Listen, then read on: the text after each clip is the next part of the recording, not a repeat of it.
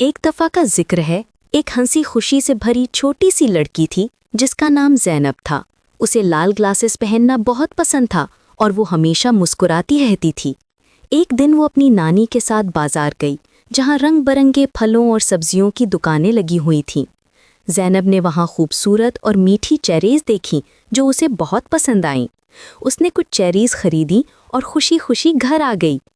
घर आकर ज़ैनब ने अपनी अम्मी के साथ मज़ेदार कुकीज़ बनाईं।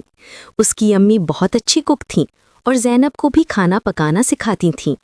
उन्होंने मिलकर बहुत सारी कुकीज़ बनाईं जो बहुत लजीज थीं। शाम को ज़ैनब अपनी नानी के साथ बैठी जो ऊन से स्वेटर बुन रही थीं। नानी को ऊन के बहुत सारे रंगीन गोले पसंद थे और वो मुख्तलिफ चीज़ें बनाती रहती थीं। ज़ैनब ने नानी से स्वेटर बनाना सीखा और छोटे छोटे दिल बनाना शुरू किए जो उसे बहुत पसंद आए। एक दिन ज़ैनब और उसकी नानी एक ख़ास दुकान पर गईं जहां सिर्फ ऊन और क्रोशिये का सामान मिलता था। ज़ैनब बहुत खुश हुई। वहां हर तरह के रंगीन ऊन के गोले थे। उसे देखकर लगा कि ये एक जादुई जगह है जहां कुछ भी बनाया जा सकता है। ज़ैनब ने दुकान से बहुत सारा ऊन खरीदा और घर आकर अपनी नानी के साथ मिलकर काम शुरू किया। उन्होंने एक खूबसूरत छोटा सा घर बनाया और एक प्यारी सी वैन भी बनाई जो ऊन से बनी थी।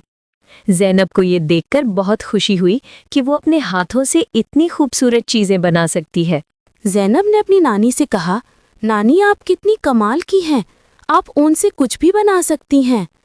नानी मुस्कुराई और कहा, बेटा अगर दिल में लगन हो तो कुछ भी नामुमकिन नहीं है।